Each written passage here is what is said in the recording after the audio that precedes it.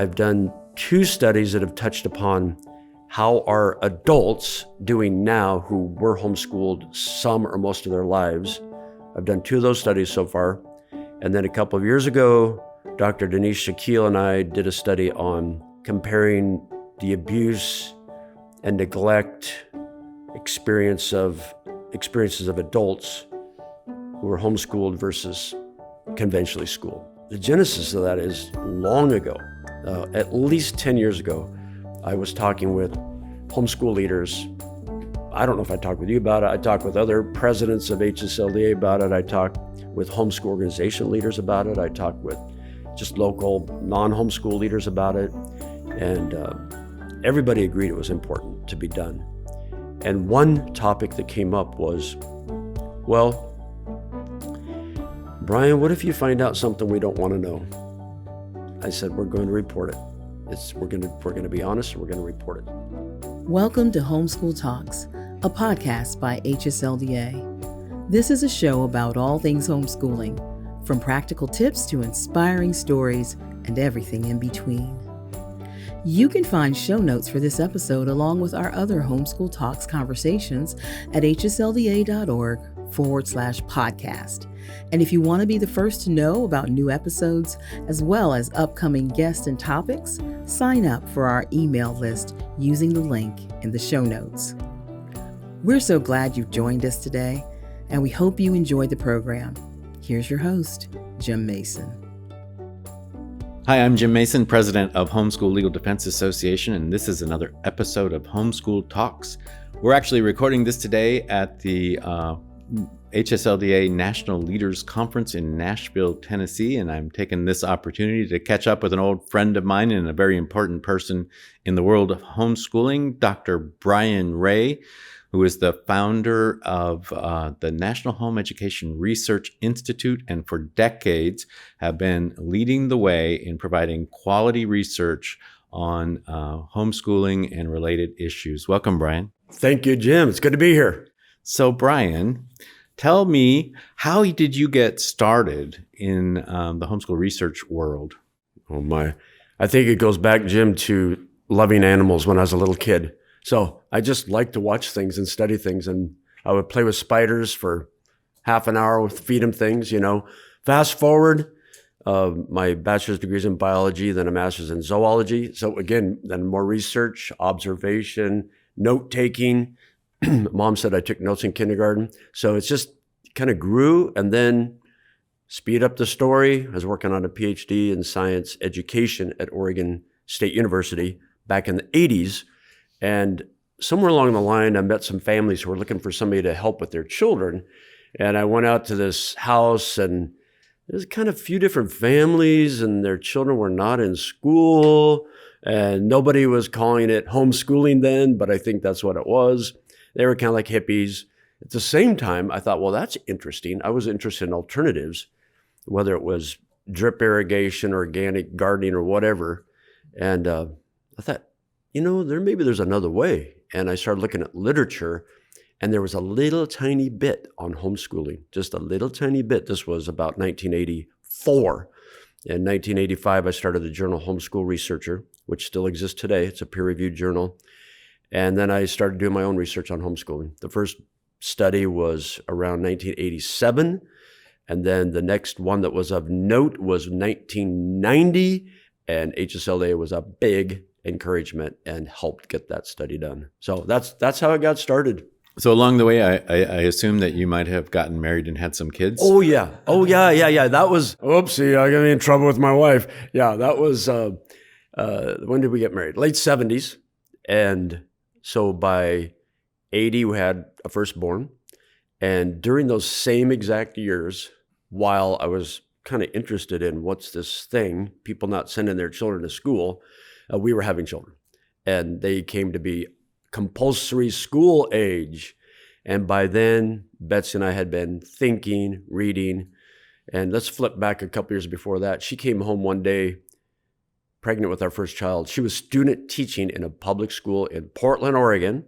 I was student teaching in a public high school in Portland, Oregon. We both got our teaching certificates.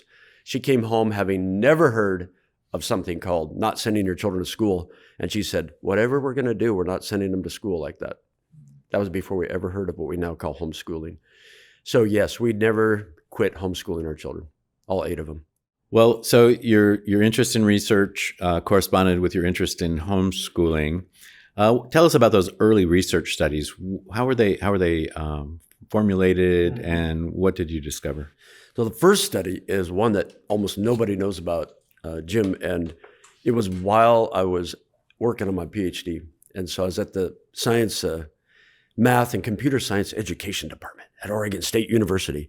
And my dean of education, I intentionally picked him because he's one of the big names in alternative education. So it was kind of a political move, and he supported my work, and he really liked it. And I said, I'd like to study homeschooling. And by the way, we didn't even know what to call it then. I have a bibliography called Home-Centered Learning. And so he approved it. My committee all was great.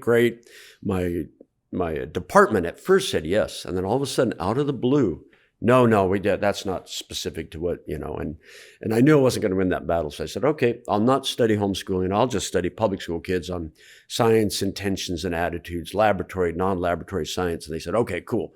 So I did that for my dissertation. But on the side, on my own, I don't even know if they knew about it, I was collecting data from homeschoolers and private school students. As soon as they handed me my diploma, boom, I went and published that study. So that was my first one. It was just because I was interested in science education. I want to know how are homeschool kids doing compared to others. So that was the first one. The second one was a big nationwide study that you all were great in terms of helping out on. And really that was motivated by just the questions people ask. How can a parent who doesn't have a government certification and not a university training in education teach their children that the letter A has 3 sounds, a, ah? Don't you have to have 4 years of college and a degree? People wanted to know that. So we decided, let's study academic achievement and find out why people are homeschooling. And I think, pretty sure in that first study, we had legal aspects because you guys were helping with the study and you want to know about legal aspects. So that's what got that going. And then over the years, it's like that. Okay, what have other scholars done? What do we know? What do we don't know? Just what are questions everybody has, about social activities and how are they doing as adults? Questions everybody has. And in some ways, people would say, well, is that advocacy research?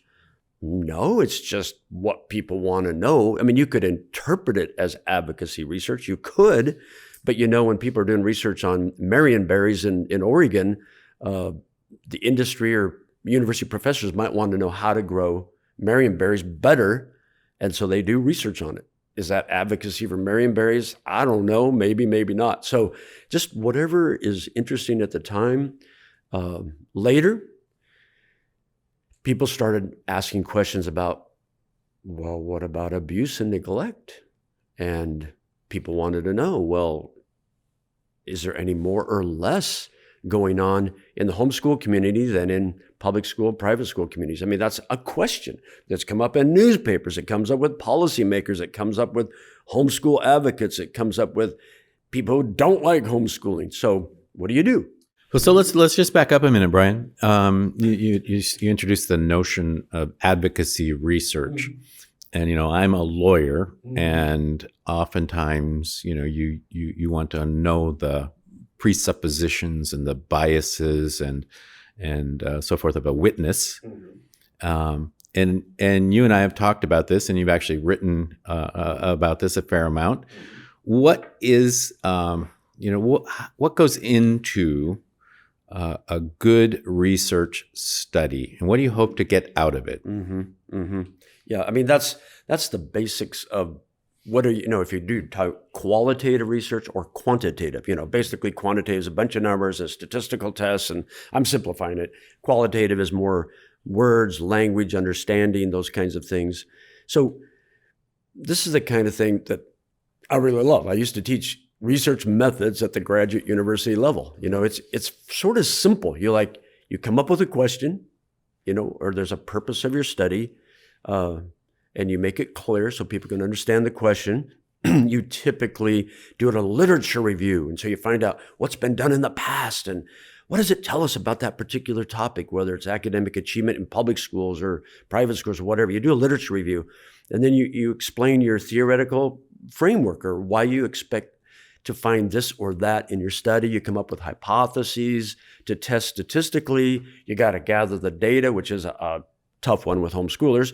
You got to get participants and data. You have to do statistical analyses that are appropriate to the data. And that's a very technical thing, but you do it. You maybe have colleagues who help you, or you do it yourself. And then you present your findings. Okay, so your findings are based on the data. So let me just back up a little bit. All of that everything that goes into that research study before you present your findings, you keep that all secret, right? Well, yes, depends on the study. But you don't want anybody to know how you went about your research, do you? Well, usually not the beginning, but you're talking with people about it all the time. You're talking with research colleagues and others. So when you publish, though, yes. when you publish, yes. I mean, you kind of open up the hood and show everybody where the parts are and how you approach this thing, right? Yeah, you're supposed to lay it all out clearly, honestly. I don't necessarily like the term objectively, but you're trying to do it in a very honest and clear way. And if you're going to try to publish in a journal, a peer-reviewed journal, you've got to be very careful. You got to explain it all. It's not hidden. It's not hidden. I mean, while you're planning, you're not hiding. You're just not talking with the whole world. Right. You're getting ready. But I do want to. You made me think about something during all that questioning and planning and thinking and review of research. Every scholar, every think tank has some kind of worldview, or let's just go ahead and say the B word, some kind of bias. Their bias is not necessarily a bad thing, but it inclines you a certain way. And for example, if you happen to be a Marxist, you're going to have certain leanings and presuppositions. And I don't always like labels, but let's use labels. You tend to be more of a statist, that the statist should be in charge of people and children. You're going to have certain presuppositions and biases. And honest philosophers in the sociology, they admit them. Like Dr. James Dwyer, I've complimented him personally. Like he laid out his presuppositions. Somebody who has a more classical liberal or libertarian worldview has little biases. And all of those things they'll actually affect what you want to study. Mm-hmm. And then they'll actually affect maybe how you write the questions in your surveys. It's not that you're being dishonest. It's not that you're hiding anything, but you do have a worldview such that you don't want your basic fundamental beliefs to be contradicted in how you design the study. Everybody's like that. Okay, it could be critical race theory. It could be anything. So we just have to admit it. Yeah. So when I asked the question, obviously I knew that was sort of the answer, and I did it because oftentimes critics of your research and other people's research, just critics of research generally, will begin with, well, we know that this guy has this worldview, exactly, and so we can't trust his study, exactly. But the difference in a peer-reviewed study is, you have to show your work. All of it. Right? All of it. I always have to do that. I do that. Yeah. It's like people can go back all the way to that 1990 study. They can go to the Peabody Journal of Education. They can go to articles that, I'm just talking about me. I know where those articles are. Journal of School Choice, Educational Leadership, all those places. Those had to go through all the reviews so that the reviewers could try to, I don't want to make it sound insidious. They're trying to make sure you're doing good quality research. They might also be looking for overly biased or inflammatory terminology, or, well, does the statistical test that he did, this is very technical, is it the proper one for those kind of data? Or did he, when he did his multiple regression, did he control all the variables he should have? All that is open to scrutiny, total scrutiny. I mean, you can get pummeled. I've been pummeled sometimes before I got published. You got to make it good. And I will say this, even sometimes if a think tank, ordinary, the think tank type of place, if we publish our own, well, I'll speak for myself. When I publish my own piece, kind of more like a news article or a quick synopsis of a piece of research, if I think it's important to the community, to the world, I want to make sure it's really clear and honest, I get my own reviewers, research colleagues to read it for me before I publish it, even if it's not going to a peer-reviewed journal. Yeah. So another piece in all of that is that it's not uncommon for, and I think it's important for the audience, for everybody, even some scholars don't get this. Social science researchers are constantly debating over, did it answer what you wanted to answer? Could you have done it a different way? And just because you as a researcher don't do it the way they want it doesn't make it bad research. No, I didn't want the answer to the question I want the question I have, Yeah, that's sort of like sometimes you read a movie review and the critic will say, well, the movie should have, why didn't it answer this, or why didn't it cover this character more? And the one ready answer is, well, I made the movie I wanted to make. Right. You should make a different movie if you want to make a movie you'd like. But this is my movie, so review my movie. Jim, that's the exact discussion I've had with I have a few negative critics. I've had that exact discussion. They say, well, why didn't you do this? I said, look, you're at a university, you're at a think tank, you've got a budget, maybe bigger than my budget. Go do the study.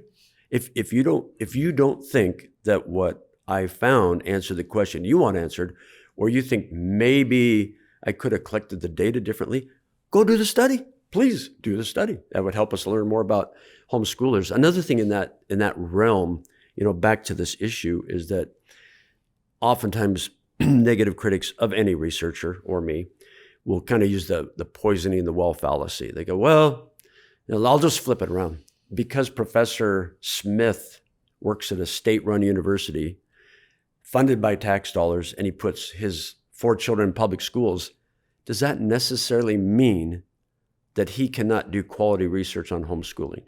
No, it doesn't. And if Professor White homeschools his children and he's at a Christian university, does that necessarily mean he cannot do sound research on public schooling? No, it doesn't mean that. That's why you have the openness, the clarity, and that's why some people go to peer-reviewed journals to help people believe that it was well done. Yeah. So along the years from those early studies, highlight, kind of maybe in the middle period and more recently, what are the big studies that you've worked on? Mm-hmm. So over all those years, going back, 1985, I think I've done maybe 5 nationwide studies in America and 1 in Canada. So let's, instead of going all the way back, like you said, okay, we're kind of midway through that.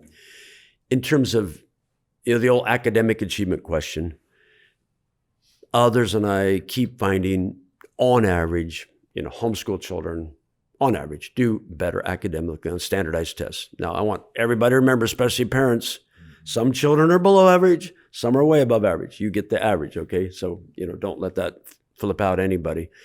One of the challenges with that research is it's very difficult to know whether you have a representative sample. So we have to be really cautious about saying, nobody should ever say, well, all homeschool kids score above average on tests. We should never say that. What we could say is for the samples we've gotten, sometimes we're always doing our best to try to get some kind of representative sample. On average, they do better than average. Okay. We'll come back to that in a minute. In other studies that I've done, I'm not a lot of a qualitative researcher, but I have asked questions about what are children's activities outside the home, the socialization questions, social activities. So we've done some of that, like what do the children do? Are they in sports? Do they go to church groups or synagogue groups? Are they in 4-H? Are they in scouts? We've studied that. Others have studied that. Back to the academic achievement for a minute. One of the things that I've found in these studies, and it's kind of very interesting, I think, and it's actually in a study I'm working on right now, another nationwide study, academic achievement and reasons for homeschooling, and some other things maybe we'll get to. But in the public school environment, everybody knows if you're the child of a low-income family, your scores are probably going to be lower than a child of a high-income family. We also know, on average, that white Anglo children do better on the tests than blacks and Hispanics. And Asians do better than the white Anglos. It's kind of like throughout the literature on public schools. We also know that if you're a child of a mom and dad with higher formal education level than lower, you're going to do better on academic achievement tests. So we could go through the list here. What we're finding in the homeschool research, and again in the study we're in right now, almost none of that has any correlation, no mathematical association with academic achievement. And it's a very consistent finding. So basically, when you're homeschooling, it looks like children of lower income families are doing just as well as children of higher income families. And children, it's just, there's something, and I've written about this many times for over 25, 30 years. And I write articles on about, is homeschooling the ameliorator, I love that word, of negative correlated variables. And personally, I think there is something about home education that does kind of wipe out those differences. So those are studies. Then in a couple of years ago, this was a pretty big deal. Well, let's go back another one. I've done 2 studies that have touched upon how are adults doing now who were homeschooled some or most of their lives. I've done 2 of those studies so far. And then a couple of years ago, Dr. Denise Shaquille and I did a study on comparing the abuse and neglect experiences of adults who were homeschooled versus conventionally schooled. So that was a pretty big deal, and that was really enjoyable to do, and glad we got to do it. Yeah, that's a big issue in the news today. It seems like there's more and more news articles kind of profiling or reporting on high-profile cases and blaming the abuse on homeschooling as opposed to other factors. What did you guys? I think you titled that study Demographics. It's one of those long, for most people, boring titles. I think it even has a colon in it. Yes, it's like something like, here's the paraphrase: demographics are predictive of abuse and neglect, not sector of schooling the person experienced. So in plain English. Okay. Yeah. What it means is, and by the way, this one reason this was pretty exciting for me is it takes money to sometimes get better or more representative samples. So sometimes researchers will pay a second party that pays a third party to get participants. And we got the money raised for that. So I just want to lay that as a foundation. So that helps with the representativeness. So we studied, our participants were adults. And so they're looking back and telling us about growing up.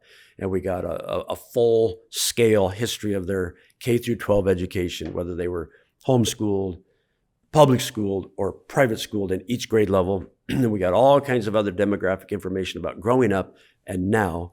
And after all that and a year and a half, and drum roll, and you do your statistical analysis, and thank you, Dr. Shaquille, we found out that if you can statistically control for these background variables like parent or household income, ethnicity, how many years in foster care, education level of parents, all those kinds of things, whether you were homeschooled or conventionally schooled, made no statistically significant difference in terms of experience of abuse and neglect growing up. Now, those who wanted it to make homeschooling look worse were unhappy, and those who wanted it to make homeschooling look better were not so happy. It's like, hey, there was no difference in this study. And we did find that some important factors, like I said, were the demographics. Number of years spent in foster care, more years, more experience of abuse, a lot of things that you might expect. And in fact, what we found is basically what's been found in other research on abuse and neglect. It's these demographic factors. But, in years gone by, nobody ever really looked at homeschooling versus not homeschooling. So that's what Dr. Shaquille and I got to do. And there was one other, that was the first main point. It was not the sector of schooling. The second main point is that for the statistically insignificant amount that homeschooled adults had experienced compared to not homeschooled, trying to make this clear, the abuse and neglect that they did experience was outside the home and family, not inside the home and family. And that was a statistical difference. Yeah. So that's a topic that doesn't often get addressed in these news articles simultaneously. And that is that, kids who go to a school have, public school teachers are pretty widely reported as, there's a risk factor there, or Definitely. just peer pressure and being bullied and Definitely. all of those kinds of things. So I had an opportunity to interview your research partner, Danny Shaquille. Why don't you tell folks a little bit about him, because he doesn't come from a homeschooling background. Yeah. Danny, if I got this all right, is from India. And this is what I'd say about Danny. A brilliant guy. I mean, I met him, I think it was at some kind of, researchy conference, and we just started chatting, and he's interested in some alternatives a little bit like I am. He's open-minded. He was a postdoctoral student at Harvard University, and we just got along, and I knew this guy's got real statistical skills, and I could also see that he's a very honest, candid, strict researcher.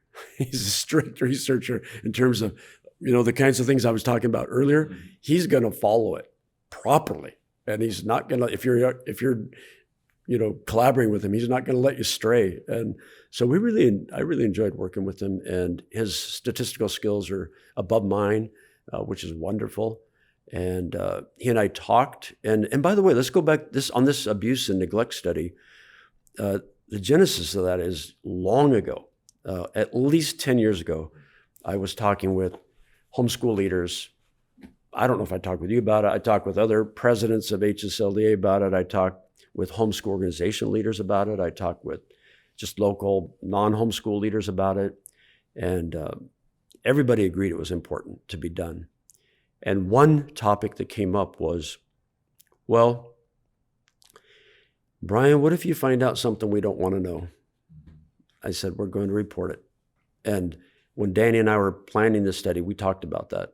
And I remember, I don't want to speak for him, but the way I understand it, he was talking with some other scholars a little bit more outside of my circles. And they said, well, we're not sure about Dr. A. What's he going to do if we find some negative things? And Danny said he told him, no, Brian will report whatever we find. We're going to be honest, and we're going to report it. So Danny is wonderful. And I'm so glad I had him as a colleague. And we still talk about different potential research projects. And he is interested in this whole area of abuse, just because we don't like it. We don't like it. And we've been in touch with some other researchers who study it in the public school setting. And not much has been done on it. And I think a lot of people don't want it done. And it's a scary topic for the public school institution. And I think you said something really important. All of us in homeschool leadership, really, we feel really sad and grieve for children who are abused, no matter where, and especially by those that are closest to them, their parents and others. It's horrible, and we want to know, if there's something going on within a private school community, or if there's something going on within a public school community, or if there's something going on within a homeschool community that can help us understand or help children, we want to know that. There's one thing I thought I want to mention on the whole topic of how research gets going and whether there are leanings or presuppositions or biases. I want to say this, that HSLDA has supported NARI in several studies financially, along with other people. But neither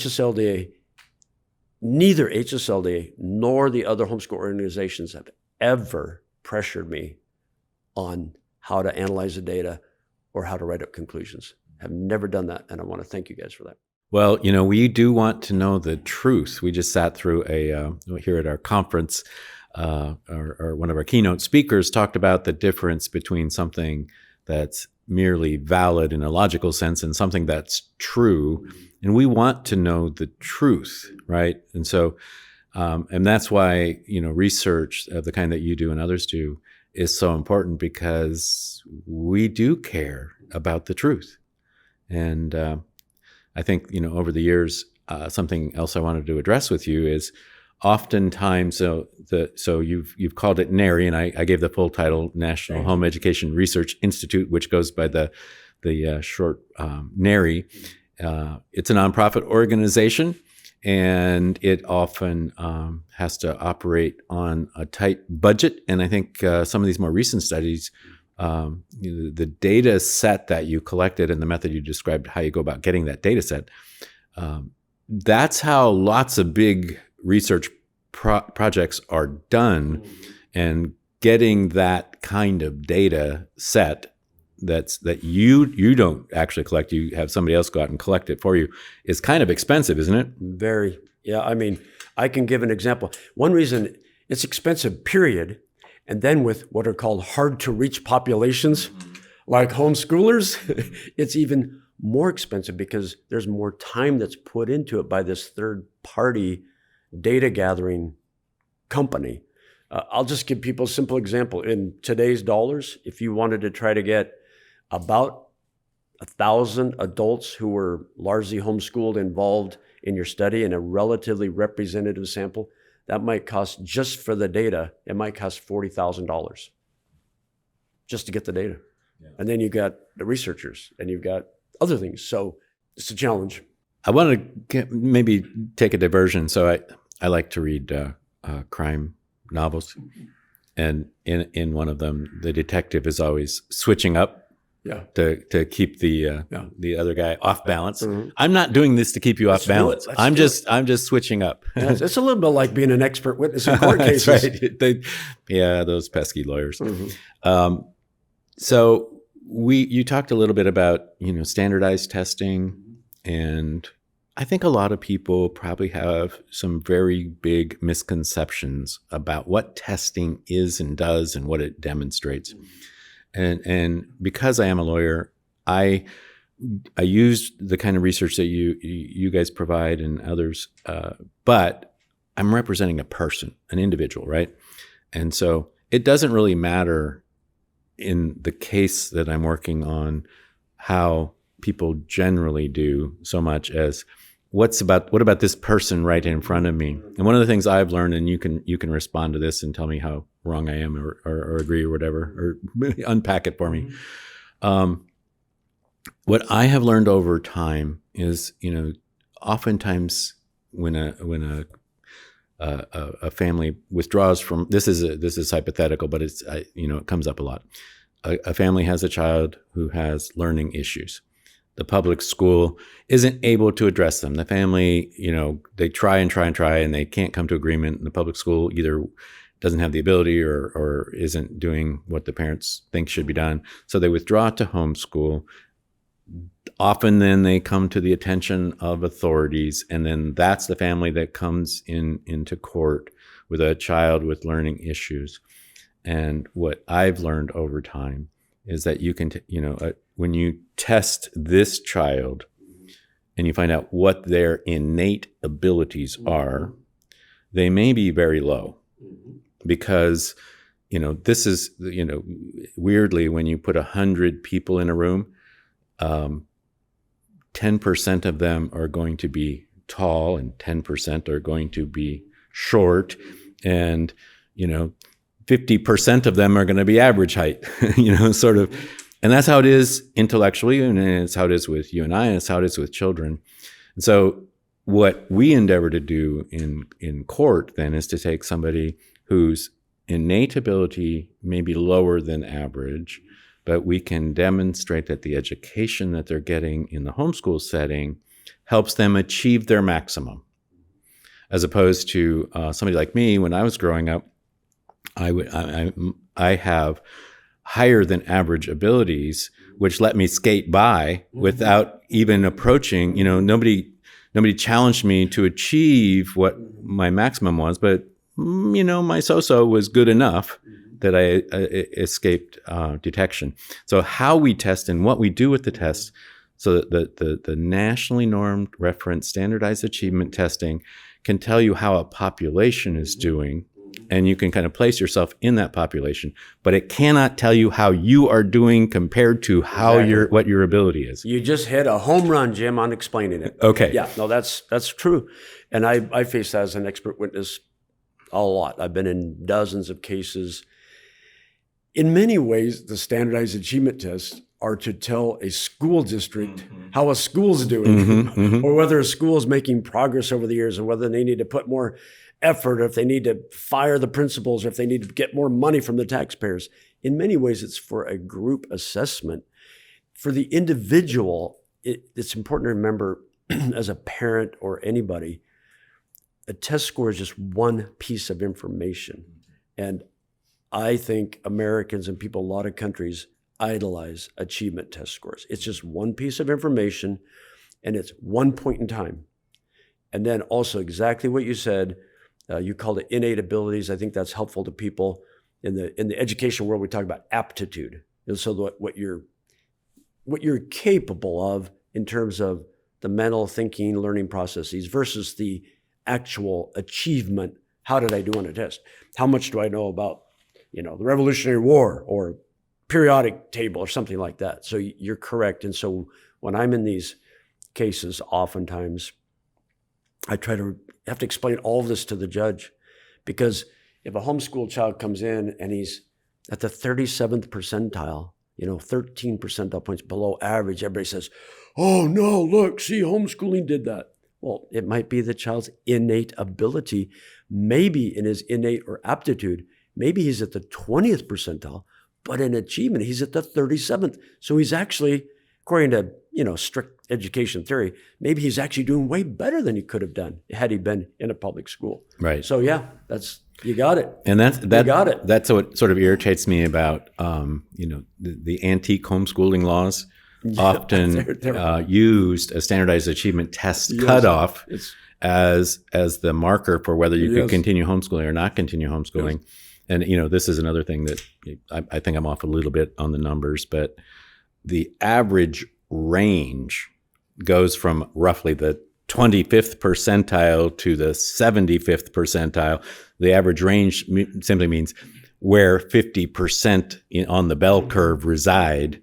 And it's very wide. It's very wide. And so when you say somebody is in the 35th percentile, that's in the average range. That's that's like that, Yeah. I don't have that number memorized, but you're right. It's something like, so what are we talking about here? Percentiles go from 1 to 99. And don't quote me, I should know this from, I used to teach this, but let's say something like, it might be like 30, the 30th to the 70th might be within average. And to simplify it, statisticians, psychometricians have come up with stay nines to make it simpler. There's just 9 stay nines. Well, 1, 2, and 3 are below average, and 7, 8, 9 are below, and what's left? 4, 5, 6 are average. And it's a pretty broad range. And so people need to remember that too. What I'm looking for, and I'm trying to help a court understand, and parents, you're not looking for a score. You're trying to find out whether the child is making educational progress. Right. If the child's making educational progress, be happy. And if it's on average, what a public school would call 1 year of progress, average. But back to your point about these state laws, it's something, Jim, that I've fought and argued against for over 30 years. We had it, I'm from Oregon, and I think the quote cutoff was something like 25th percentile. Well, think about this, and I've testified in legislatures on this. If you say that if a homeschool child scores below the 25th percentile, then we can either make them go into public school, or we're going to come in, we're going to evaluate the family and check out their fire extinguishers and all that. What if we flipped that and said, in public schools, if you're below the 25th, which would be 25% of the students, they have to go to private school or be homeschooled. It doesn't make any sense. So here's a funny, this is a statistic, and I'm going to have to defer to you on this because I am not a statistician, and I've never even played one in a television show. But every single public school, if you tested every single student, 25% of them would be below the 25th percentile. That's how this test, that's a norm group. That's a norm group. Yeah. The test publishers, they try to get a representative sample of public school and some other across the nation. And the percentile is just a comparison. 25% or 25 and below. And then, 25% are about 75 and above. That's just how it is. And that's why so much of national education policy and even state educational policy is just so ridiculous, because they pin so much. And, the phrase in the biz is high stakes testing. Mm-hmm. You pin so much on the outcome of a high stakes test instead of using testing. So this is something we've lived in different states. In some states, you have to do standardized norm reference tests for your kids. And other states I've lived in, we didn't have to. But we always did, whether we had to or we didn't have to, because the tests showed us where we could improve the education of our kids. So if one of our kids, we thought they had a higher ability in a subject than they were achieving, we needed to beef up what we were doing. And, it wasn't like, we passed the law. We satisfied the civil government. Right. It was more about how can we better serve our kids and prepare them for adulthood by measuring the work we're doing. I mean, we never even told our kids how they did on the tests, because that wasn't important. I've met a number of parents who've done that. Yeah. We try to explain that when I'm doing research. Some homeschoolers, which is, I would hope all of them would say, the government should not be telling me what to do in my education of my children. But at the same time, you could use a test, like you said. You could use it as a piece of information to help you design your child's education. And then, by the way, you'd be in the study too. So, yeah. So what kind of testing is needed today that if you had unlimited budget and all the right research partners and the journals to publish it in, what's the most needed? What would you be doing today if you could? I've had a little bit of a dream study for a long time, Jim. On the one hand, philosophically, do homeschool children need to score any better than public school children? Philosophically, no. I mean, the state is not God over a child's education. But people want to know. We live in this world. People want to know. And I would love to see, there have been maybe a couple along the way, but we used to call it, and some people still call it, a matched pair design. So if I could go out there and I had the budget and I had these colleagues who said, yeah, Brian, it's a good study, let's do it together.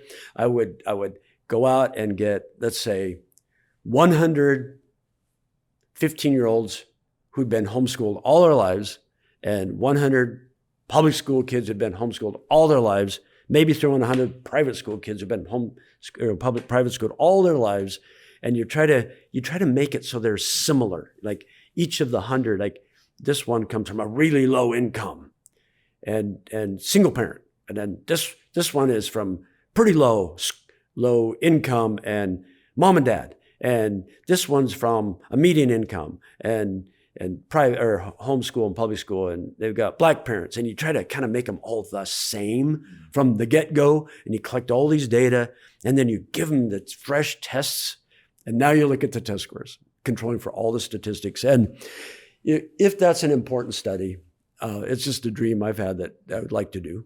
I've pitched this to some people, but it costs some money, it takes some time, and it would be, I think, as far as the research methodologists go, it would be one of the probably only ways we could know, is there really something about homeschooling that helps them out in terms of academic learning more than something else? And I think that'd be really good because it gets at the whole negative criticism of, well, you did this study and Dr. Rudner did that study and so-and-so did that study and so-and-so did that study. And you just gotta sample. That's a convenient sample. We don't know whether it's representative. we got to tighten this up somehow. It's the only thing I could think of that would answer that. I would love to see that. That would be one of the studies. But isn't that sort of one of the problems with social science research to begin with? I mean, ideally, what you do is a double-blind study, and you would say, all right, we're going to take this kid and we're going to make that family homeschool, and we're going to take this kid and make that family. And you can't really measure, some of the ingredients of what makes things successful is the level of commitment of those who are doing it, right? And so if you took some parents and said, you must homeschool your child, whether you want to or not. The perfect study is like research twins separated at birth. Yeah, or like research on what makes you get more corn per acre. So you randomly pick acreage plots, and then you close your eyes, and these 10 plots get more nitrogen, and these 10 get more phosphorus, and these 10 get just the natural environment, and you let it go for a couple of seasons and see what happens. You don't get to do that with homeschooling, public schooling, private schooling. Now, that your comment on that, though, brings me to something, and it is a topic within some of us who are doing research on homeschooling, different colleagues and others. Like, maybe instead of focusing on this comparison thing, public school sector versus homeschool sector, which I think is still interesting. And it obviously is to legislators. It's obviously interesting to courts and judges. It's still a pretty big deal. But the question is, within the homeschool community for these children, or within the community for those adults who were home educated, what was going on in their lives, and what could we maybe figure out or tease out of the data that help them to do better or worse, or whatever you want to call it, more successful or less successful. And actually, I did some of that in my, I think it was 20 years ago now, study of adults who were home educated. And then 10 years ago, we called it the Generation 2 study. We did some of that, focusing more on the transmission of the Christian faith. And now another study that's in the rumblings, Jim, with some of my research colleagues and some homeschool leaders here, is a dream one of them has had of what's going on in the lives of adults. And it would not mainly be a comparative study, those who were home educated versus those who were public or private schooled, but it'd be more about what are they doing now in life? Occupation, are they married? Do they go to college or not go to college? Do they vote? Do they volunteer? And how are they doing? Are they happy or not? Are they depressed or not? Do they feel fulfilled in life or not? If mom and dad wanted or prayed for them to be Christians, are they or not? All those kinds of things.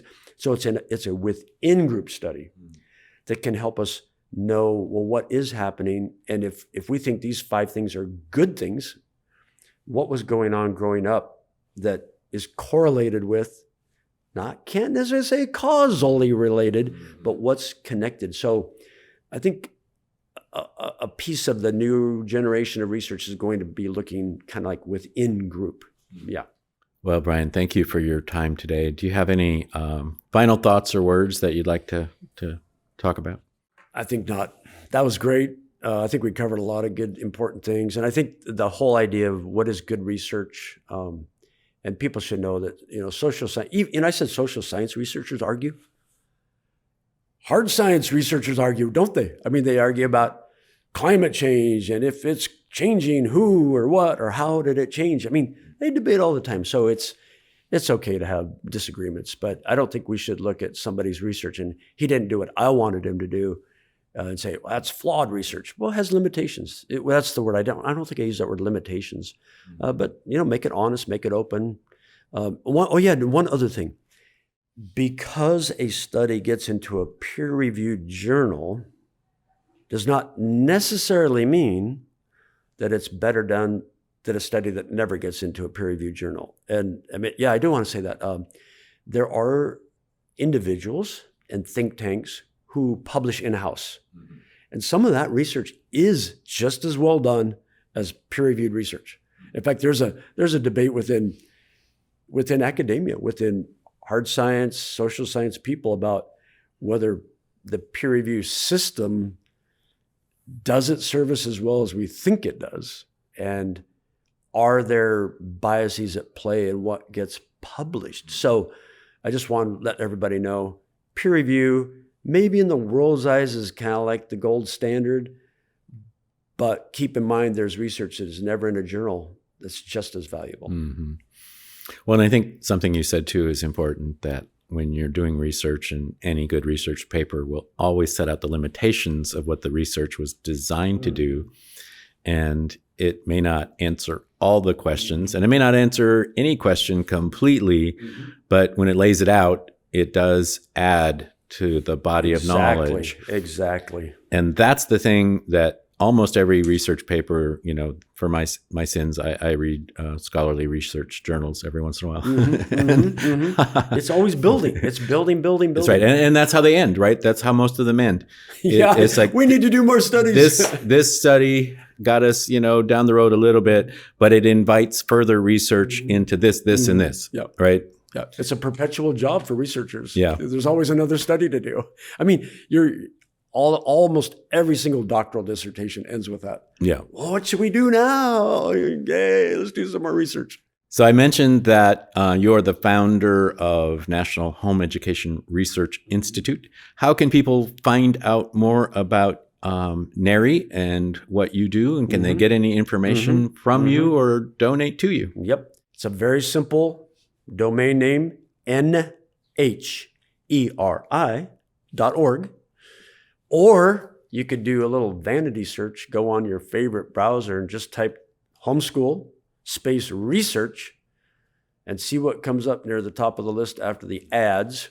So that's one thing. And then two very specific things. One, if you would like to hear about new research when it comes out, whether it's by NARI or someone else, and we do review other research, you go to the website, click Get Connected, and in just 17 seconds, you'll get an email probably at the most once per month. We don't send out a bunch of junk email. And of course, there is the big, obvious donate button. And we could really use supporters to keep this going. And keep in mind, we're not tax funded like, a bunch of universities are tax funded. We are donations. We could use them a lot. Thank you. And you are technically a tax exempt 501c3. Yes, we're 501c3. Yep. According to the law, can take your exemptions or whatever you call that. So your contributions. You can, if you donate to NARI, you can. Yes. If you otherwise qualify, you can deduct it from your income taxes as well. Yes, there you go. That's it. So thank you, Brian, and thank you all. And I do encourage you to visit the NARI.org website and find out more and get on the mailing list and all of those kinds of things. And thank you for joining us today for another episode of Homeschool Talks. If you'd like to find out more about HSLDA, you can go to hslda.org.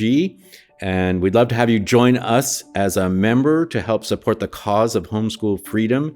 We can't do what we do without you. And you can also find a donate button on our website as well. So thanks again. And thank you, Dr. Brian Ray. You're welcome. Glad to be here.